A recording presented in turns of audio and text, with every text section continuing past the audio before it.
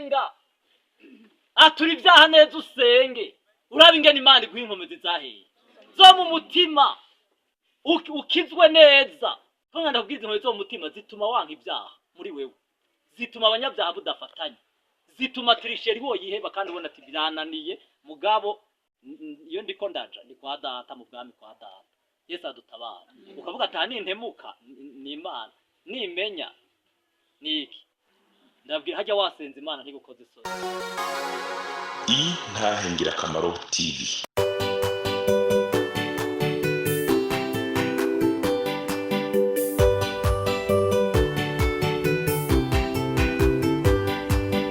Umwami Yesu arindeze niwatanga amajambo unyabyaha ngo renguka wumva iby'ubugingo atugirira ubuntu akatwiyegereza amajambo meza cyane yo kunera umunezero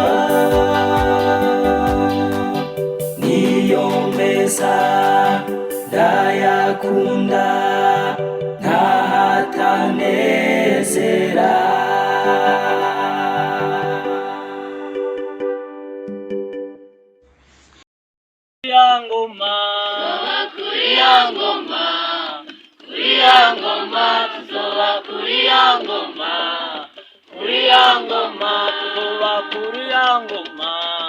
Haleluya tuzoba kuri ya ngoma kuri ya ngoma kuri ya ngoma kuri ya ngoma tuzoba kuri ya ngoma kuri ya ngoma tuzoba kuri ya ngoma ene data tuzoba kuri ya ngoma haleluya tuzoba kuri ya ngoma tuzoba kuri ya ngoma kuri ya ngoma tuzoba kuri ya ngoma mema bivuga tuzoba kuri ya ngoma kuri ya ngoma tuzoba kuri ya ngoma kuri ya ngoma tuzoba kuri ya ngoma kuri ya ngoma tuzoba kuri ya ngoma nimuhumure tuzoba kuri ya ngoma kuri ya ngoma tuzoba kuri ya ngoma kuri ya ngoma tuzoba kuri ya ngoma kuri ya ngoma tuzoba kuri ya ngoma nimuhumure tuzoba kuri ya ngoma kuri ya ngoma tuzoba kuri ya ngoma kuri ya ngoma tuzoba kuri ya ngoma kuri ya ngoma tuzoba zakozwe n'abatumwa gatatu usoma n'umurongo wa 19.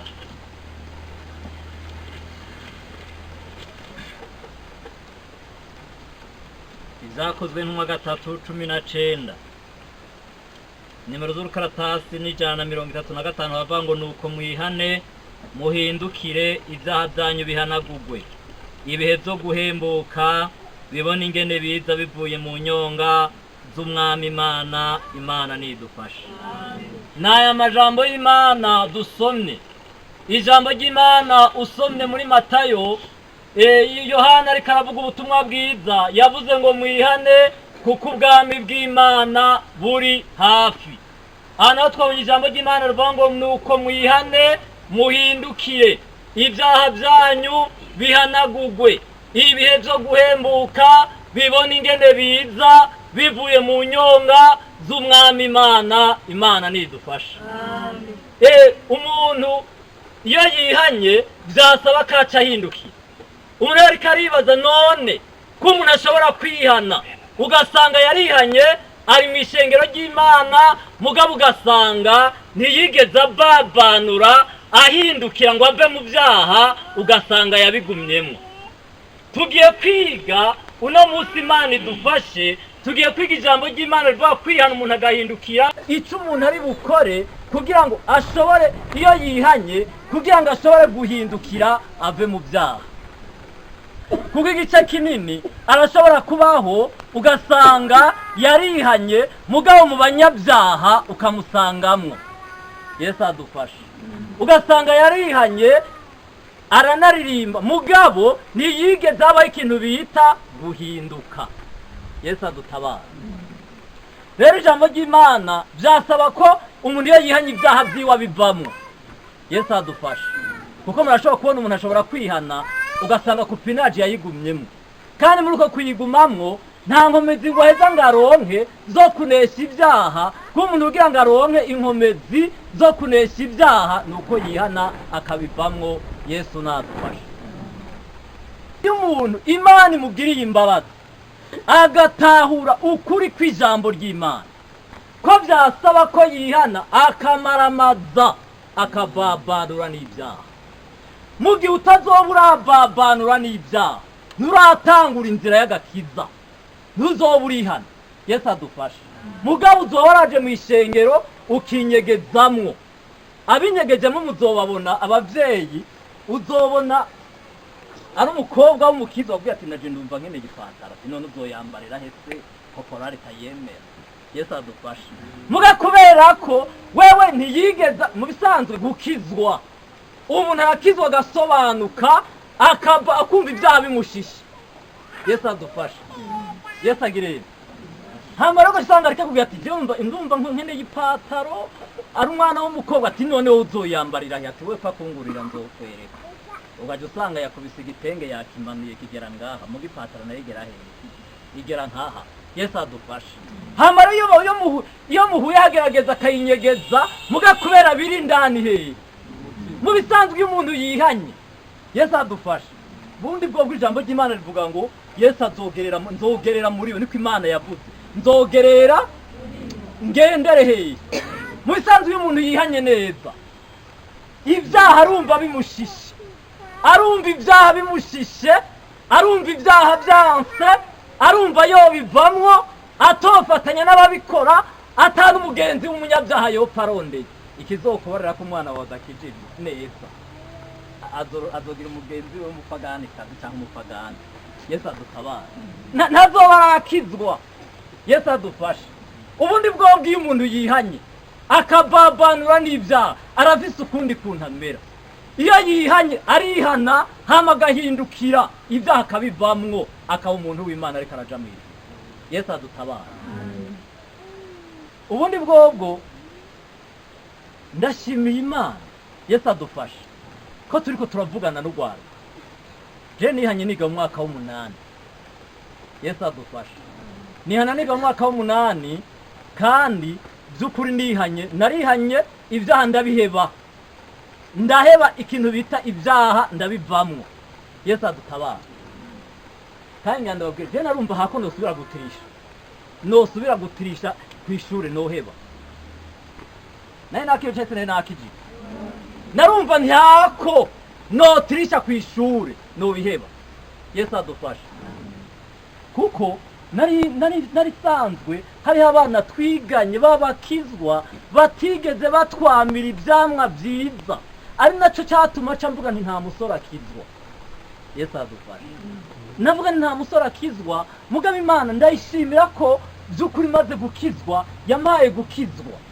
Rero naho nohagara kuri stade novuga nti umusora arakizwa agahinduka akababanura n'ibyaha hama bisigaye akaba umuntu w'Imana yuzuye n'Imana.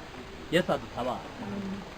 Ngande babwira kuko nari nihanye by'ukuri numva no ibyaha no bivamwo. Kandi iki cyaha bitagutirisha narabona ni kibazo. Yesu adufashe. Mbega abanyeshuri gutirisha ni kibazo. Abenshi usanga babigumamo. Yesu adufashe. Je narumva ntiyakora je nosubira kwije kuko mu bisanzwe mwaka w'indwi nari mushasha mu w'indwi. Mwanya ndababwire kubera ko twiga kure nkacashika nabo ngaca nijyamiye. Igice cyambere bangira amayisheki 9. Amayisheki 9 yose amayisheki 9. Muganga ndakubwira ukuntu ico gihe mukuru wanje yarakiri ku ishuri yarakiri karibu atarambira araraba bireta ati ata amayisheki ntawuzoyajana. Yesu adufashe. Muganga ndababwire naramenye. Yesu adutabara. Naramenye kimwe igice gira kabiri naciye niyi. Ikindi bifatanye no kwiba. Kubera ko roje nari naribye navuga nti by'ukuri hamwe nkijwe nkaguma niba ntaho noba ndoye. Yesu adutabara. Kugice gira kabiri umenga basomeye cyane. Ambari senkandiko mvye ko. Hama rero igice gira gatatu na ropeje 3 nta niyo banderibeye. Yesu adutabara. Yesu agireye. Niyo cyatuma mvuga nti hako no uja kwishuri nkasura gutirisha no biheba. Yesu adufasha. Bene data umuntu iyo yihanagirene. Yihanahindukire ave mu byaha ibyaha byiwa bivemwo abo umuntu w'Imana akorane n'Imana ngira ndababwiye nta kintu kiryoshe nk'iyo umuntu yihanye agakizwa neza akaba muri ubu buzima bwo kubana n'Imana. Yesu ashimwe. Kubana n'Imana mu bisanzwe ako gakiza katarimo kubana n'Imana kwiko. Turafise ubwoba muri iyi minsi kuko abana bariko biroha mu byaha ku rugero ruteye ubwoba, bariko babijamwo kandi ntibazi n'ibyo barimwo babikorokeramwo kimwe gusa. Yesu adufasha. Uwo mwana mu kugira ngo ndamufashe ndayimusamburire ko naramweretse ndamubwira ijya poeme ivuga ngo je regrette ma jeunesse. Wewe urashobora kwicuza ubugero bwawe bugapfa ibyaha ukiri muri byo. Ndakugira inama uyu munsi nyene uhindukire uvavanure navyo hama ibisigaye utangura inzira y'abariko baraja mu ijuru. Yesu adufasha. Bene data umuntu wese yibaza wiyumvire Yesu adufashe ko ngande babwire Imana yazodufasha. Umuntu iyo yihanye agahindukira ikintu Imana imukorera muhindura. Imana iramuhindura kandi nganda kubwire niyo utihana neza ngo uhindukire. Yesu adufashe. Muzobona abandi bantu bihanye muga ntibahindukira ugaca usanga bafise ingeso nk'izabisi. Yesu adutabara. Yesu agireye. Nariko ndaraba Imana ishimwe reka ndakivuge. Muraba nta musore afise umushatsi mwinshi. Yesu adufasha. Urabona jege naja kwihana nefise umushatsi mwinshi. Unda kwishuri ntibana dutegeka guca umuntu ashobora yimosha ubu urabona ko babibategeka. Yesu adufasha. Hama rero hari igihe umuntu ashobora kubaho ugasanga ari mu ishengero agacaraba bamwe bigana inyifato ziwe n'ingene naho nyene ugasanga byamufasha. Genda kubwira igituma bigufata naho utarahindukira kuko iyo uhindukiye urumva inzira y'abanyabyaha igushisha. Urumva inzira y'abanyabyaha utoyijana. Urumva inzira y'abanyabyaha woyivamwo. Yesu adutabara. Yesu agirene. Umuntu wese yihanagirene. Yihanahindukire kandi umuntu iyo yihanye agahindukira Imana iramugirira neza. Yesu nadufashe. Umuntu iyo yihanye neza agahindukira Imana ikimuha inkomezi. Yesu adufashe. Imana ikamuhindura agahinduka akaba musha. Yesu adufashe. Akaba musha agahinduka. Amaze guhinduka hama ibisigaye agatangura ubundi buzima bw'abana b'Imana. Agatangura ubundi buzima. Yesu adufashe. Ubuzima bwo kubana n'Imana no gusenga. Yesu adutabara. Dusome ndakwereke. Soma ngaha mu Baroma. Ayo umuntu yihanya agahindukira.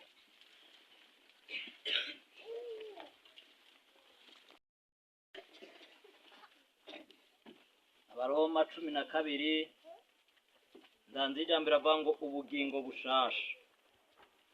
Nuko bene data ndabahanura kubw'imbabazi z'Imana ngo mutange imibiri yanyu ibimaze ibizima byera bihimbara Imana.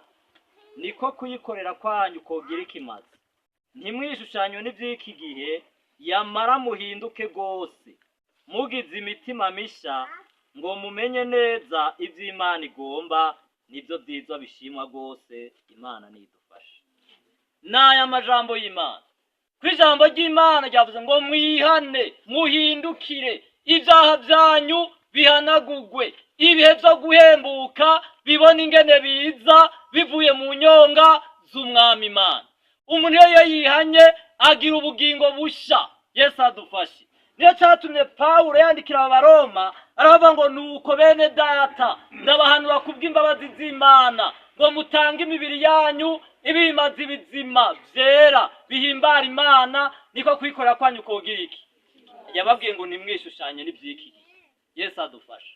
Nimwishushanye n'ivyiki gihe kuko ivy'iki gihe birafise ingene bimeze. Umuntu iyo atarahindukira agenda arishushanya n'ivy'iki, agenda nk'uko abisi bagenda. Yesu adufasha. Agenda nk'uko abisi bagirana.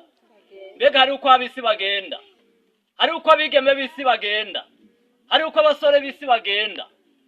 Agenda nk'uko abisi bagenda. Yesu arazodufasha. Nico gituma ijambo ry'Imana rivuga ngo umuntu iyo yihanye agira ubugingo busha. Yesu adufashe. Kandi ijambo ry'Imana rica rimubuza ngo ntiyishushanye n'ivy'iki gihe. Yesu adutabara. Ivy'iki gihe Imana yazodufasha. Birafise ingene abiki gihe barafise ingene bagenda. Yesu adufashe. Niyo gituma rero bene data umuntu wese yibaza, ndakugira inama muri iyi misi ntiwishanye n'ivy'iki gihe. Wari ukwiye kugira ubugingo busha, ukagira umwete wo gusenga Imana. Ko umuntu iyo yihanye abarose uburenganzira bwo kubarira Imana, Imana ikemera. Yesu adufashe. Iyo yihanye abarose uburenganzira bwo kubwira Imana, akayisaba ivyo agomba, Imana ikamugirira neza. Yesu adufashe. Ngende babwira igituma mushobora kubona abantu benshi barakijijwe ntibahinduke. Yesu adufashe. Kuko hari igihe akizwa agacabaho mu buzima kandi ugasanga ibyaha yaravyihanye, mugabo inkomezi zo kubivamwo ugasanga ntazo yigeze aronka. Dora tuganira n'abana benshi ahubwo ati jewe kopi naje ndabona karimbi kandi birangirira nabi, byaranangiriye na birananira kuvamwo. Yesu adutabara. Ugasanga byaranse kabivamwo. Imana yazodufasha. Ariko iyo hagiye umuntu yihanya agahindukira ntiyushanye n'ivy'iki gihe, agaca agira umwete wo gusenga, yihanye neza, agira umwete wo gusenga, aca umukizwa, akaba umuntu yihanye neza yahindukiye. Yesu nadutabara. Bene data ijambo ry'Imana avuga ngo ntimwishushanye n'ivy'iki gihe. Ivy'iki gihe birafise ingene bimeze.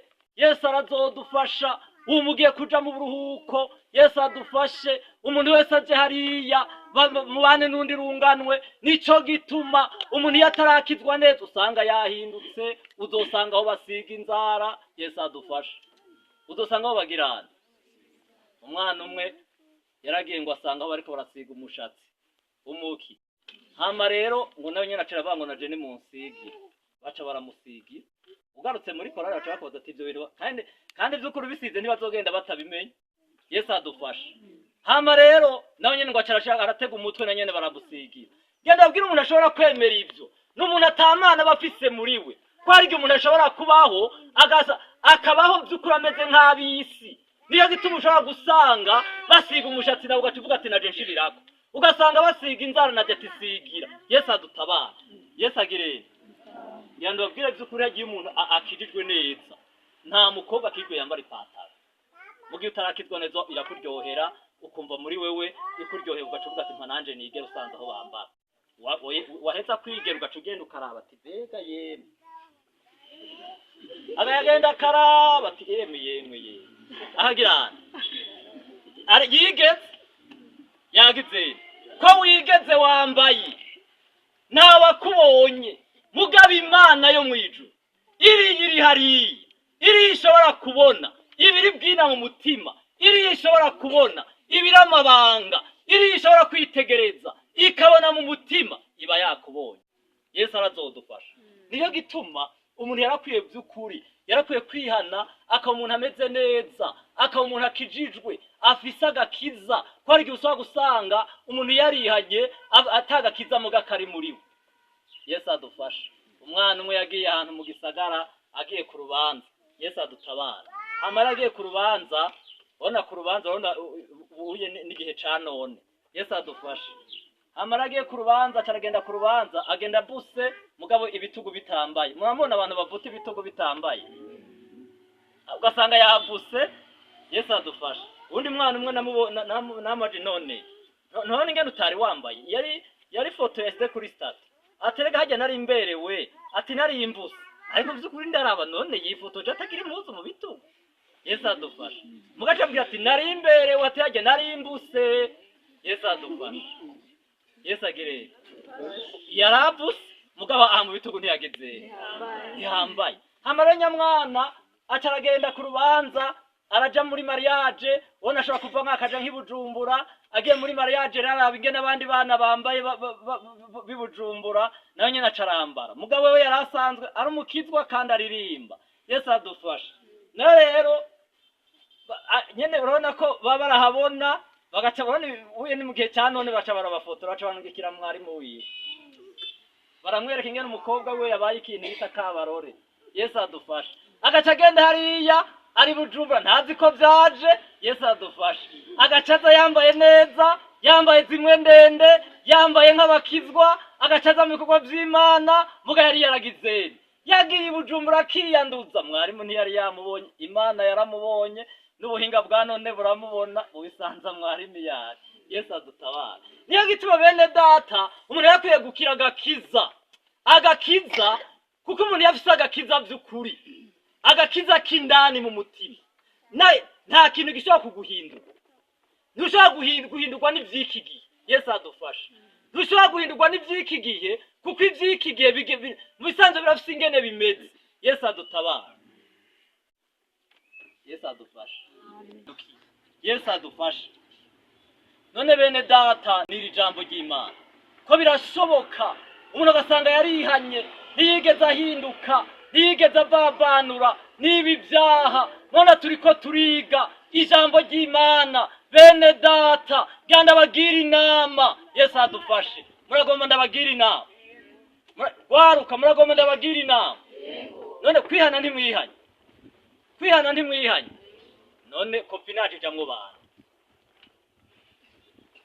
Yesu adufashe kopinage ni bande bayijambo kwishure ni bande batirisha aba professeur yabahagaze ngane baca babibona neza Yesu adutabara abaca bona bati yemwe Yesu adufashe mu bisanzwe ngomba ndabagira inama birashoboka ko umuntu ashobora kwihana ari umujene agakizwa neza vy'ukuri agahinduka akaba nk'umuntu akuze Yesu adufashe ngano inama ndabagira kwihana murashobora kuba mwarihanye mugaba inkomezi zo bavanura n'ivyaha ugasanga umuntu azoyigeza aronka kandi yaragiye mu bakozi b'Imana aratura ivyaha vyiwe Yesu adufashe aravyatura hama hacabura ikintu bita inkomezi Yesu adufashe ngomba ndabagira inama umuntu iyo yihanye akihana ivyaha neza Yesu adufashe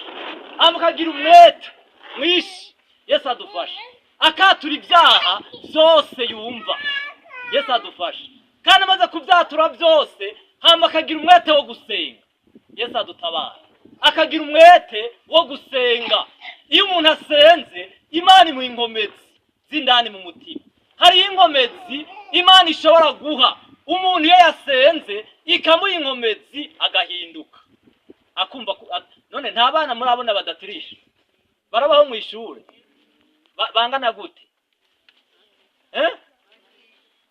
bake batagirana bavuga bati twe tuza kuko engena ndababwiye mu bisanzwe umuntu akigirwe neza aramenya ati kubaho ni Kristo no kupfa ni Kristo Yesu adufashe ubuzima bwiza ni Kristo kandi aho noca hose nomenya ko ari Kristo ahancishije Yesu adutabara usenge uraba ingene Imana iguha inkomezi Yesu adutabara uraba ingene Imana iguha inkomezi zo ngaha mu mutima umuntu iyo yihanye neza agasenga Imana iramuha inkomezi zo mu mutima akumva Imana imubumvye akumva umugisha w'Imana n'ibikorwa vy'Imana akumva Imana muri we akumva yo ivyaha tobijamwo Yesu adutabara dufise ingorane muri iyi minsi abanyeshure benshi bariko bariroha mu vyaha ugasanga Yesu adutabara je abanyeshure bamwe twigana ikintu bari baturushije twe twarabapagana Yesu adufashe bari baturushije korale wasanga ibintu byose turimwo wasanga ibintu byose tujana muri vyo mugabo korale niyo yari tutandukanye hagati ya twebwe nabo Yesu adutabara niyo gituma vyasaba ko umuntu akizwa agahinduka no mu ngeso Yesu arazodufasha dusoma amajambo y'Imana tuze mu bugaragwa marayige kirekire Imana imuha inkomezi zo mu mutima umuntu afite inkomezi zo mu mutima rero itandukaniro ry'abandi afite inkomezi zo mu mutima abatazifise baja mu vyaha nawe ntabijemo akumva bimushisha Yesu adufashe. None rero bene data niri jambo ry'Imana. Bibiliya yavuze ngo nyamwana arakura agwiza inkomezi zo mu mutima. Umuntu yasenze ikintu Imana imukorera yihanye neza atacapfa n'Imana. Imana mu inkomezi zo mu mutima iramuha inkomezi zo mu mutima kandi izi nkomezi zo mu mutima ni inkomezi umuntu ashobora kugendana. Yesu adutabara. Inkomezi umuntu ashobora kugendana akazijyana Bujumbura akagenda ari umukizwa akaduga ari umukizwa. Yesu adufashe. Kuko ari igihe umuntu ashobora kugenda akavinda ari umuntu w'Imana agaca agenda Bujumbura. Yesu adufashe. Ashitse ku Musaga agacamera nk'abo ku Musaga, yaja mu Kinama akamera nk'abo mu Kinama. Yesu adutabara. Ugasanga agakiza yari afise ino yagasize ruguru. Yesu adufashe. Wacatangwa kuvugira ngo harashusha. Habuze inkomezi zahe. Habuze inkomezi zo mu mutima.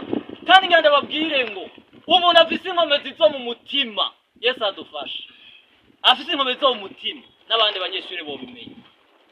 Yesu adutabara. Umwana umwe yadushingiye intahe ingene Imana yamutabaye. Yesu adufashe. Hama rero Shetani yari yamuteze umutego. Amutega umutego yari umwana akijijwe. Yesu adufashe. Hama rero Shetani amutega umutego. Murabona iyo abana bariko bariga bari bataratangura gukora ibibazo. Barashaka kugira ati hari abanyeshuri uko bameze baravugana bati akakaraja kuza. Yesu adufashe. Hama rero ngo sinzi ukuntu yanditse akantu ngaho mu ndabe. Yanditse akantu ngaho. Ndiko ndavuga ikintu bita inkomezi zo mu mutima. Hama rero akandika ngaho ku kuboko k'ikirundi. Ngo akanditse yibagira kugafuta. Yesu adufashe. Hama rero bagiye gukora umuprofeseri ati mwese mukora imipira mwambare uniforme. Abafise uniforme y'ishati ngufi. Genda babwira ikintu cabaye. Hama rero profeseri ariko arazunguruka ariko arasiriveye. Wacara kabona aca itana rukatasi kwiwe ararumutwara. Arumutwaye nawe yari mu mwaka wo guheza abademoni bari bamuteze umutego kugira ngo ntaheze. Yesu adutabara. Hama rero ikintu cabaye nyamwana ngo carunama. Yunamye profeseri nawe ararutwara kuko yamufatanye ikintu bita imbago hejuru ku kuboko. Yesu adufashe. Genda ibere Imana utayimara amaje ntizogukoza isoni. Hama rero acarahora. Ahoze ngo bari bafise umwana w'umuhungu, hari abana b'abahungu usanga bameze nk'abasara. Ataca usanga agenda. Yesu adutabara. Hama rero ngo acarahaguruka umuhungu umwe acaravuga ati Messi atuwo mukobwa. Uwo mukobwa ntiyiba. Aramuburanira. Hama rero acamubwira ati kandi atuwo mukobwa ntiyiba. Ati niyo bamurengereje kamanuta atarasira profeseri akayamukurako. Ico mwe muracuma. Hama rero ikintu cabaye nyamu profeseri ngo aravyumviriza ngo acahitana urukatasi rwiwe acaragwandika ko ngo uwahariwe acaramusubiza yakora. Iyo sima waruzi ngo Imana utayikoje isoni zori gukoza. Yesu adutabara. Imana utayitetereje ntizogutetereza. Yesu nadufashe. Ntizogutetereza. Nico gituma senga. Yesu adutabara. Wambara inkomezi ushobore guhagarara neza. Werekana ikintu bita gakiza. Genda mwerekana gakiza hariya ku ntebe y'ishuri. Genda mwerekana gakiza murunganwe. Genda mwerekana gakiza abantu bose bakubonye bakuboneka gakiza. Yesu adutabara. Yesu agirene. Ivyo rero ntandi hantu biva kuri iri viri. Udashobora kurishikana hasi gusenga utuje. Yesu adutabara. Udashobora gushikana ivi hasi gusenga utuje, ivyo ntibishoboka. Izo ni inkomezi zahe. Ivyo ni inkomezi zo mu mutima. Yesu adufashe. Senga. Atura ibyaha neza usenge. Uraba ingene Imana iguha inkomezi zahe. Zo mu mutima. Ukizwe neza. Tonga ndabwiza inkomezi zo mu mutima zituma wanka ibyaha muri wewe. Zituma abanyabyaha budafatanya. Zituma tirisheri wo yiheba kandi ubona ati birananiye mugabo iyo ndiko ndaja ni kwa data mu bwami kwa data. Yesu adutabara. Ukavuga ati nintemuka ni Imana nimenya niki. Ndabwira hajya wasenza Imana ntigukoze isoni. Dusome amajambo y'Imana. Haravuga ngo wakunze ukugororoka wanka ubugarariji. Niyo catumye Imana niyo Mana yawe. ikurobanuza amavuta y'umunezero ikakurutisha abandi ko wakunze kugirana. Mu bisanzwe iyo umuntu yihanye agahindukira agasenga, Yesu adufasha, Imana imuha ikintu bita kugororoka. Ijambo ry'Imana ryavuze ngo ko wakunze ukugororoka ukanka ikintu bita ubugarariji, niyo cyatumye Imana ariyo Mana yawe ikurobanuza amavuta y'iki, amavuta y'umunezero, igakikurutisha abandi, ikakurutisha bagenzi bawe. Yesu adufasha. Imana ikiguha ikintu bita amavuta, ikaguha ikintu bita umunezero, ugasanga umuntu afise umunezero w'agakiza kubera yakunze ikintu bita kugororoka. Yesu arazodufasha, ugasanga ibintu by'Imana akabibamwe abikunze. Yesu adufasha. Ibintu by'Imana akumva muri korale yobamwo, akumva amasengesho botangaza, atoya siba, akumva ibintu by'Imana kugira ngo bimubumbye, akumva ibintu by'Imana kugira ngo ari umugisha kuri we, kuko yakunze ikintu bitakugirana. Yesu adutabara. Yesu agire. Yesu adutabara. Bene data bakundwa, kuko hari umuntu ushaka kubaho ugasanga ntiyakunze ikintu bitakugororoka. Yesu adufasha. Ngaha mu mutima, kandi ngo zo mutima zizotuma udashobora kumara amazi ikintu bita Imana. Yesu adutabara. Bongera ndabwira hari umuntu agenda akamara amazi Imana akayikoza isoni, abantu b'Imana bagatukwa, kandi bivuye ku muntu umwe atigeze aronka inkomezi zahera. Inkomezi zo mutima ne data. Yohana ngo ikintu Imana yamukoreye. Yesu adufashe. Yesu agirene. Yesu adufashe. Umuntu wese by'ukuri arondera inkomezi zo mu mutima. Nta n'ikindi kintu cyotuma bijya bintu byakunaniye guheba, ijye kopinaje byanse kuvamwo. Yesu adutabara. Ariko by'ukuri ugasanga kubera umuhungu ati je ndakwiyamye ntusubire, ndakwihanije nta message yawe nkeneye, ugasanga ibyo ntibikunda. Yesu adutabara. Umutima, kuko umwana ashobora kubona akagira apfe, arashobora kubona agira korokere mu byaha kubera habuze inkomezi, yahatswe ku mugoroba, ugasanga n'undi mukitsi. Yesu adufashe. Umuntu asenze Imana imuha amavuta y'iki, Imana imurutisha abantu. Basi nta muntu murabona no mwishura ashitse ugasanga abantu bose baramwana. Birabaho mwishire, birabaho ugasanga nabigisha bigashika. Yesu adutabara. Niyo wihana mugahinduka, niyo wihana ukava mu byaha, niyo wihana ukababanura nabyo, ko umuntu yashobora kubaho ugasanga ntiyigeze ababanura n'ibyaha. Yesu adufasha. Yesu adutabara. Ndababwire je nabaye murongozi wa korale, ndongoye abakobwa benshi, abahungu tware nabake. Yesu adufasha. Mugandi ngaha imbere y'Imana nta muntu yogira ica ndega. Yesu aradufasha. Nta muntu yogira ica ndega. Yesu arazodufasha. Kandi ndababwire mu bisanzwe hari ikintu je naho mbari rwanda, naranka ko Imana yanje itukwa, naranka ko hogira umuntu yontukira Imana bivuye kuri jewe. Yesu arazodufasha. Yesu adufasha. Naranka ko umuntu yotuka Imana bivuye ku gatwi kiwanje, kuko nari nasomye amajambo avuga ngo, ajya amajambo avuga ngo Dawidi amaze guhugwitwaza abansi b'Imana ngo bacokora izina ry'Imana, Imana iramubwira ngo ujya mwana wabyazo arapfa. Yesu adutabara.